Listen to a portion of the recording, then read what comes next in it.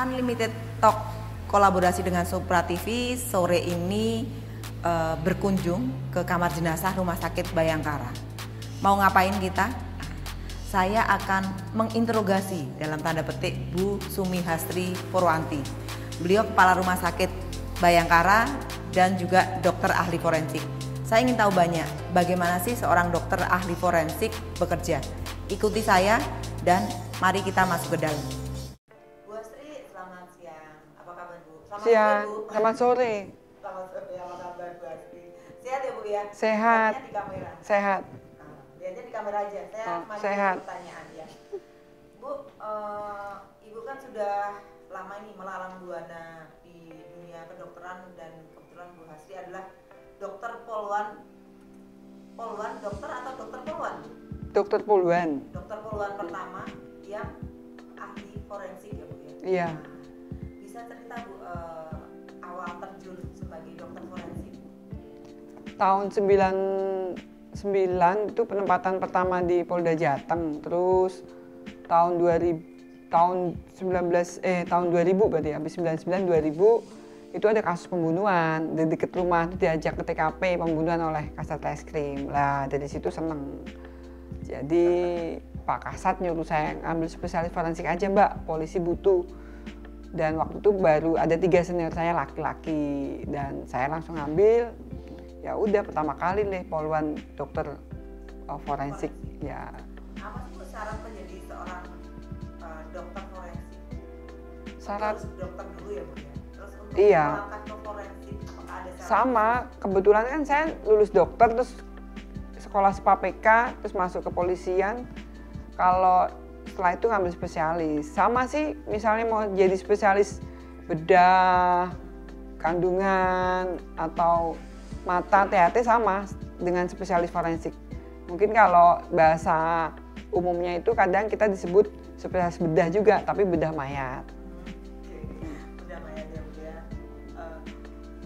Bu, kasus apa yang ditangani Bu Hastri untuk pertama kali? Kasus waktu itu di daerah dekat rumah sih, daerah Semarang Barat.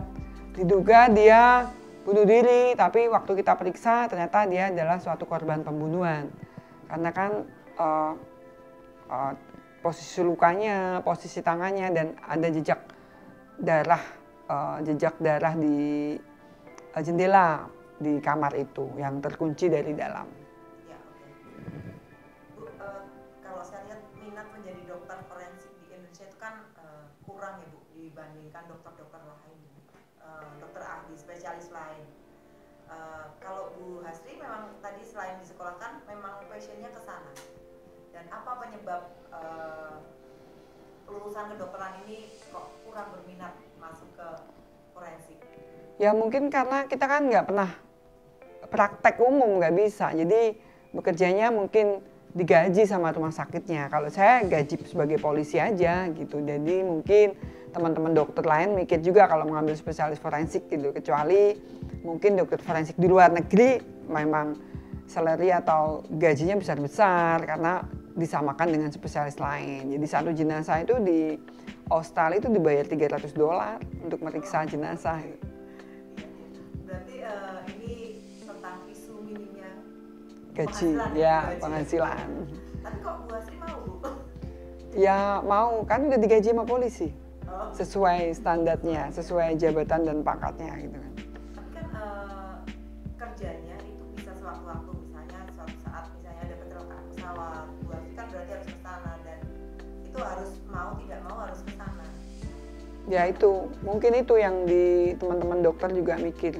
Tapi tidak harus ke sana nggak apa-apa, kebetulan aja saya dokternya di kepolisian. Jadi polisi yang memerintahkan saya untuk bekerja. Kalau dokter forensik lain banyak sih, tapi mereka adanya di rumah sakit umum, di universitas, ya mungkin ngajar atau praktek di rumah sakitnya.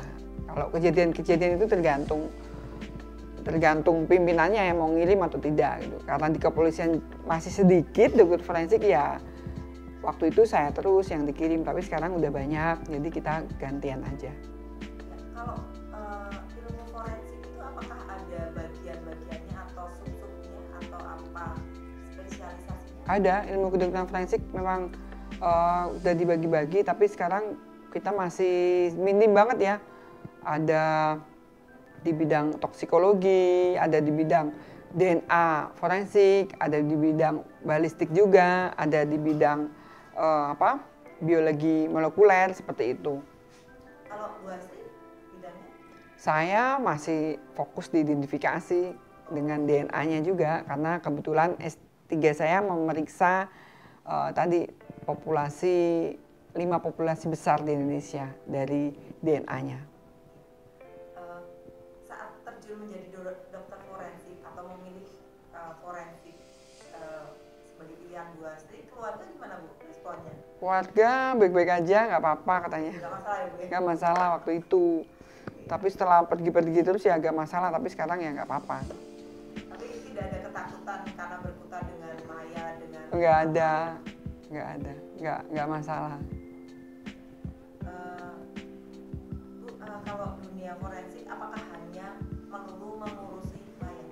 Enggak juga, kan tadi saya juga cerita ada bidang forensik klinik itu untuk memeriksa kasus korban kekerasan, khususnya untuk wanita dan anak.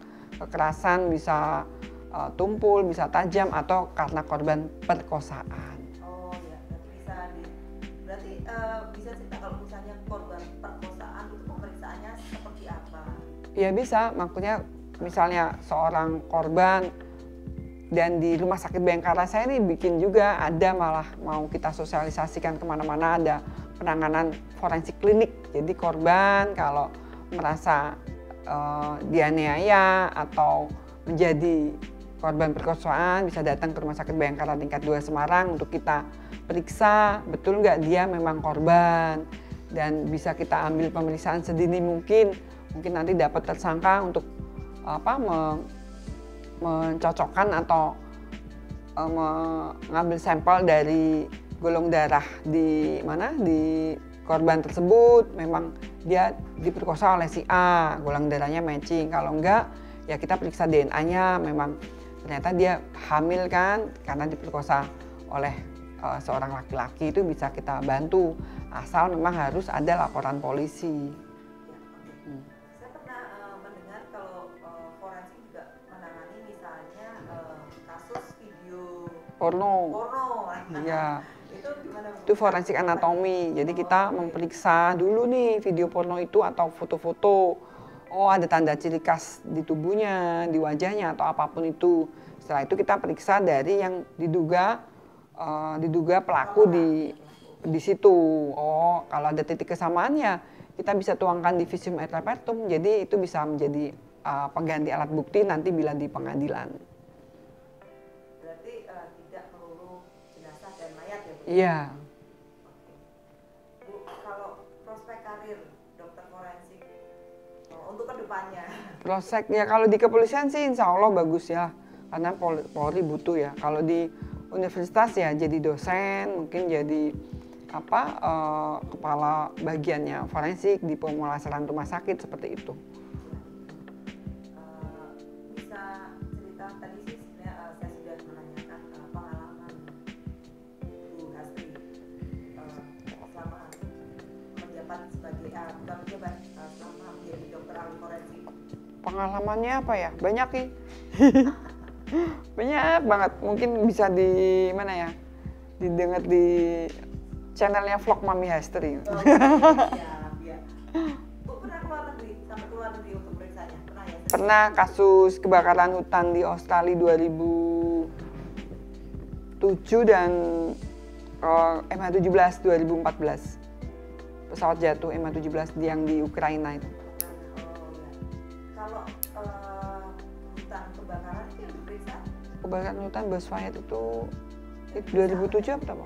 Oh, korban-korban yang diduga dari ya. Saya kebetulan di grup, maksudnya kloter selanjutnya pemeriksaan udah selesai, tapi kita debriefing, jadi kita kayak rekonsiliasi seperti itu. Saya tim kedua, gitu. Pemeriksaan udah selesai. Udah. Bu Astri, terima kasih sudah ngobrol banyak dengan Bu Astri di 2 sesi. Saya selalu Bu Astri, saya selalu. Sip, semangat adik-adik. Siapa tahu jadi ahli forensikal semuanya.